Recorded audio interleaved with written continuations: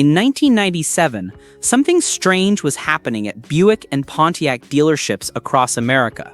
A quiet-looking sedan would pull up beside a V8-powered car at a stoplight. No stripes, no giant hood scoop, no screaming exhaust, just a normal-looking GM family car. Then the light turned green, and suddenly, that ordinary-looking Buick or Pontiac was gone. Under the hood was a 3.8-liter V6. Just 6 cylinders, push rods, an iron block, nothing that sounded like a modern exotic engine. But there was one detail that changed everything: a supercharger. And what almost nobody realized at the time was that this engine was about to become one of GM's most underrated performance weapons of the 1990s. It was called the 3800 Series II Supercharged V6, internally known as the L67. And it had a habit of making V8 owners wonder what had just happened. Most people remember the Corvette as America's performance icon of the era. But while Corvette engineers were building sleek two-seat sports cars, Buick was quietly putting forced induction into four-door sedans. The irony wasn't lost on enthusiasts who paid attention. Here was General Motors, a company that had spent decades building pushrod V8s for muscle cars, suddenly making serious power from a V6 that traced its roots back to the 1960s. A V6 that had been sold off to Kaiser Jeep in the 1970s when GM thought it didn't need it anymore. A V6 that Buick bought back in the 1980s because it turned out they did need it after all. And now, in the 1990s, that same basic architecture was embarrassing cars that cost twice as much. So how did a Buick V6 end up producing enough torque to make much more powerful cars look embarrassingly slow? The answer begins with an engine that was never designed to be glamorous. The Buick V6 had been around for decades. By the 1990s, the 3800 had evolved into the Series II, a thoroughly modernized version of the old 3.8-liter design. The numbers were almost deceptively ordinary. The bore measured 3.80 inches. The stroke was 3.40 inches. Total displacement came to 3,791 cubic centimeters, or about 231 cubic inches. It used 2 valves per cylinder, hydraulic roller lifters, sequential fuel injection, and a cast iron block. In naturally aspirated form, compression was around 9.4 to 1. The naturally aspirated version made around 205 horsepower, respectable, but not exciting. Not the kind of power that made people stop and stare, but the supercharged version was different. Buick dropped compression to 8.5 to 1 and bolted an Eaton supercharger onto the top. Suddenly, the same basic architecture was producing 240 horsepower at 5,200 revolutions per minute and 280 pound-feet of torque at just 3,200 revolutions per minute. And that torque number was the real story. Because 280 pound-feet from a V6 didn't feel like a small engine. It felt like a much larger engine that had somehow been stuffed into a family sedan. To put that in perspective, the contemporary Ford Mustang GT, with its 4.6-liter V8, was making 215 horsepower and 285 pound-feet. So Buick's V6 was producing nearly the same torque as Ford's V8, from 1.2 fewer liters and 2 fewer cylinders. That wasn't supposed to be possible in the naturally aspirated world of the 1990s, but forced induction changed the rules. But there was a problem. How do you put that much torque through the front wheels? That question would become one of the defining parts of the 3800 supercharged story. In 1997, Pontiac introduced the new Grand Prix GTP. From the outside, it still looked like a normal 1990s American sedan or coupe. Inside was a completely different personality. The GTP received the supercharged 3800 and a stronger 4T65E 4-speed automatic transmission. And Pontiac had to make other changes too. The brakes were upgraded, the suspension was revised, the body structure was stiffened, the transmission received performance-oriented shift programming. And perhaps most interestingly, the GTP initially couldn't even be ordered with Pontiac's enhanced traction control system. Why? Because Pontiac said the engine produced too much power for the system to handle. Think about that for a second. This wasn't a Corvette.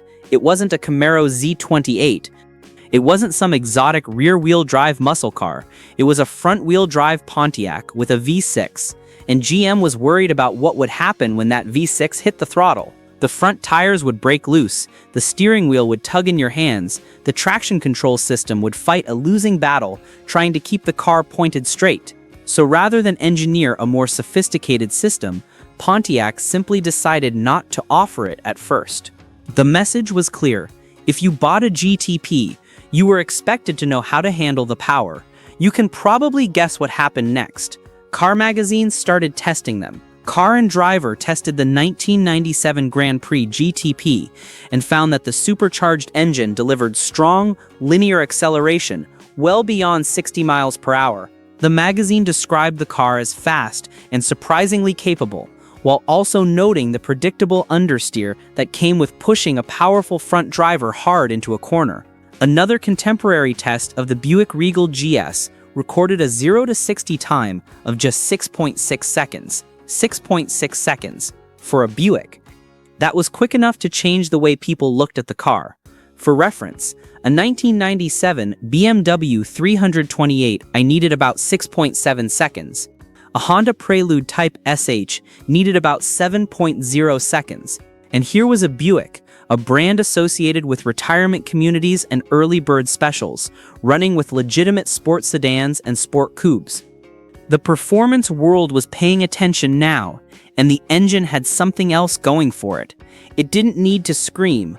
The Eaton Supercharger gave the 3.8-liter a smooth, immediate rush of torque.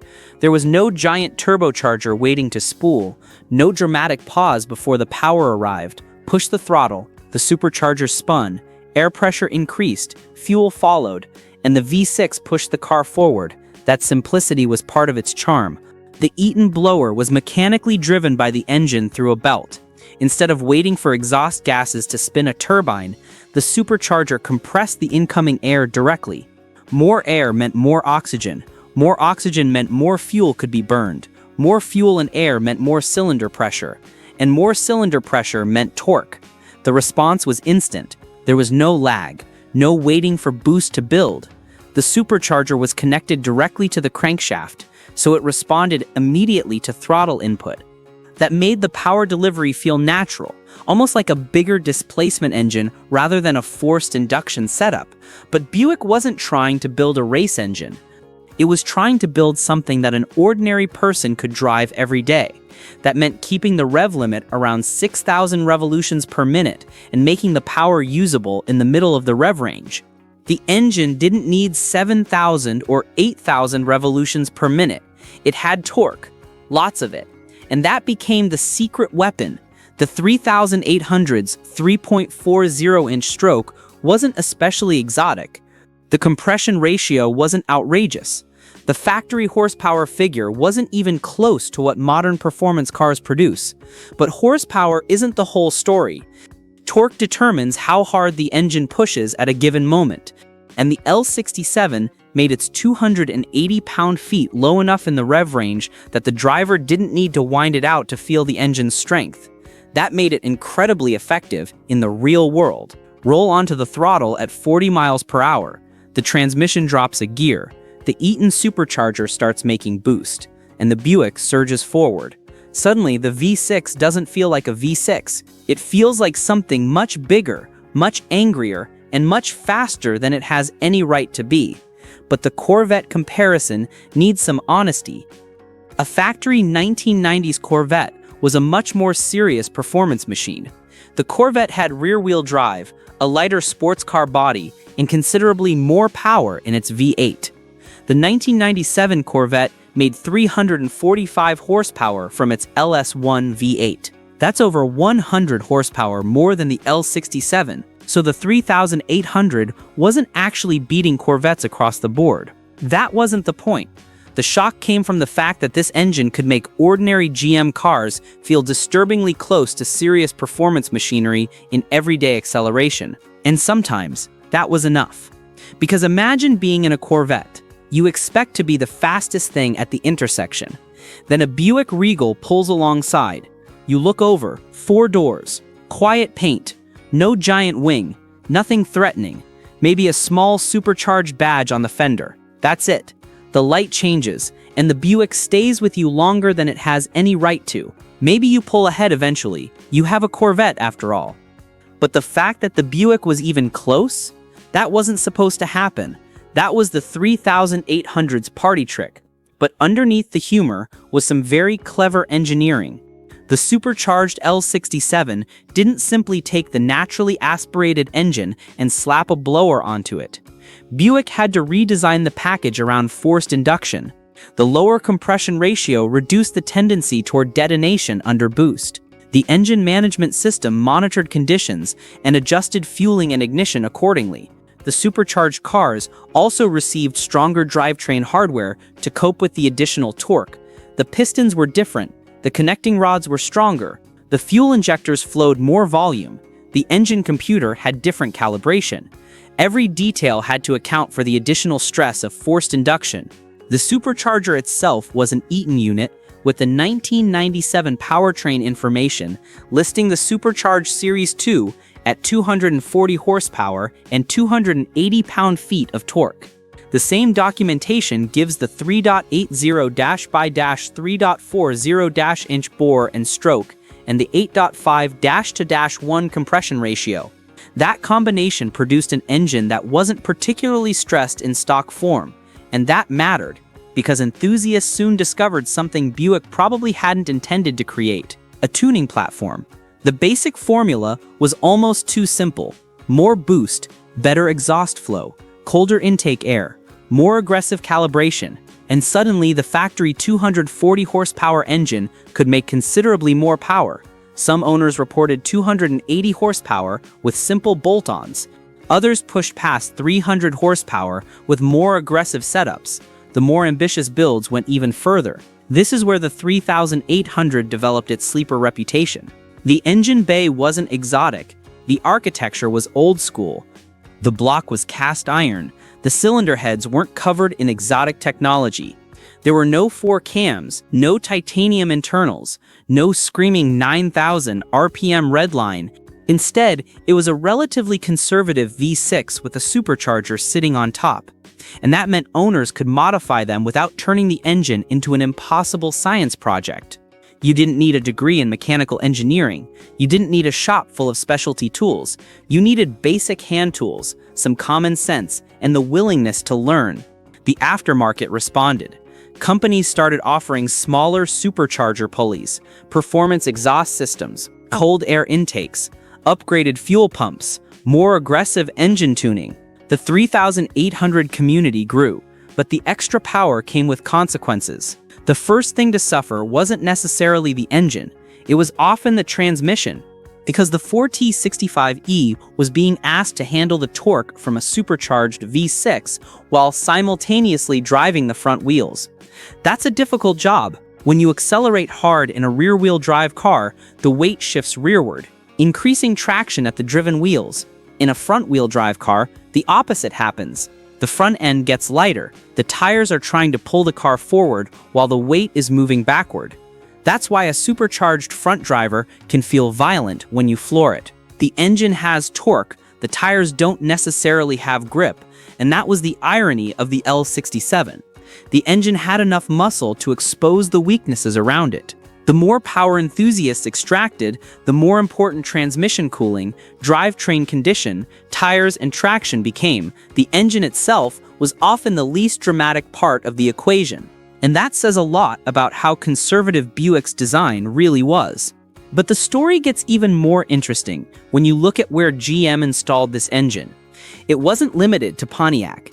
The supercharged 3800 appeared in the Buick Regal GS, where contemporary testing recorded 240 horsepower, 280 pound-feet, and a 6.6-second 0-to-60 run. It also found its way into cars like the Park Avenue Ultra and Riviera. Even the Buick LeSabre could be had with a supercharged variant in certain trim levels. Think about the image Buick was selling: luxury, comfort, quietness, a soft ride, leather seats, wood trim, and underneath the hood, a belt-driven air compressor, forcing more oxygen into an iron block V6. That contradiction made the engine memorable. It was performance hiding inside comfort, a sleeper hiding in plain sight. And there was another reason the 3800 became so respected. It didn't just make power. It could do it without acting like a race engine. The engine's 3.8-liter displacement gave it a healthy amount of torque before the supercharger even entered the picture. The blower simply amplified what was already there. That made the power delivery predictable. And predictable power is exactly what makes a street engine feel fast. Not a giant number at 7,000 revolutions per minute. Not a peak horsepower figure that only exists at the top of the tachometer. Real torque, right where the driver can use it, between 2,500 and 5,000 revolutions per minute. The range where you actually drive on the street.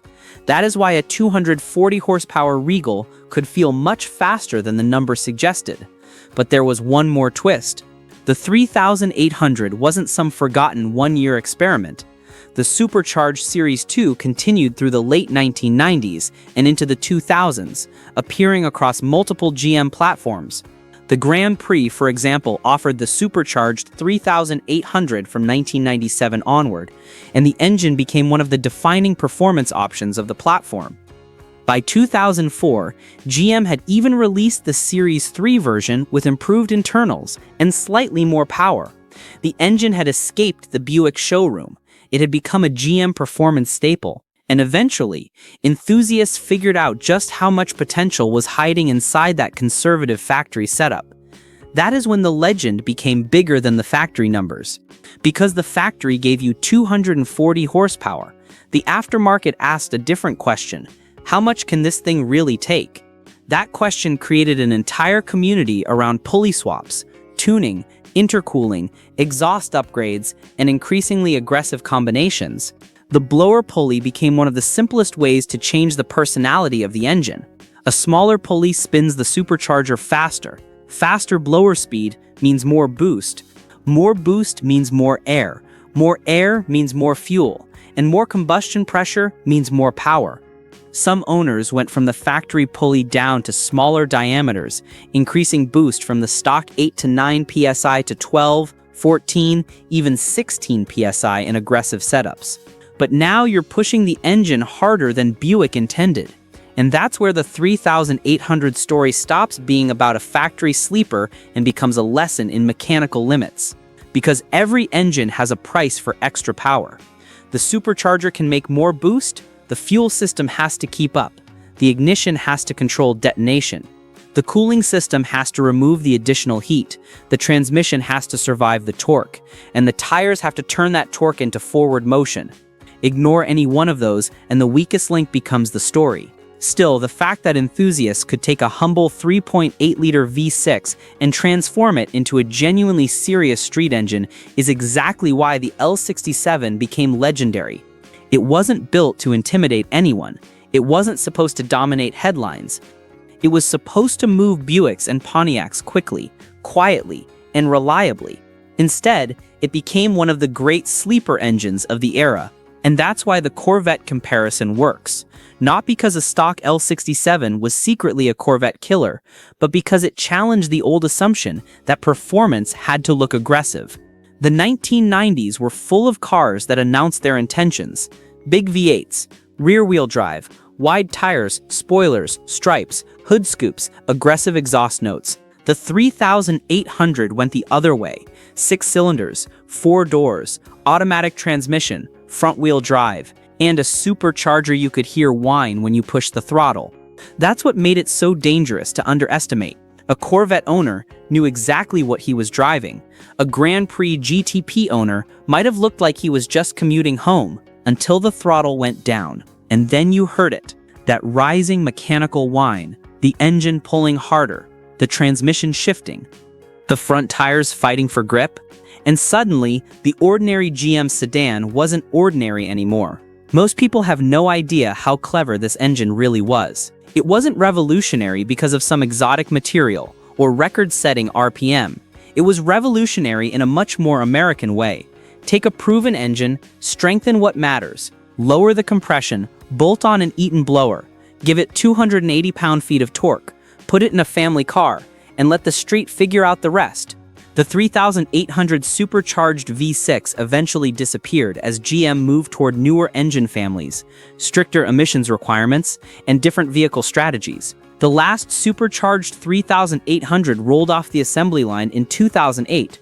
By then, the automotive world had moved on to direct injection, variable valve timing, and turbocharging as the preferred method of forced induction. The pushrod V6 with a belt-driven supercharger was a relic of a different era, but the reputation survived. Today, the L67 is remembered by enthusiasts for something its factory brochure never really advertised: potential. It was the engine that made people realize you didn't need 8 cylinders to have serious American torque, you didn't need a manual transmission, you didn't need rear-wheel drive, and you definitely didn't need a sports car body.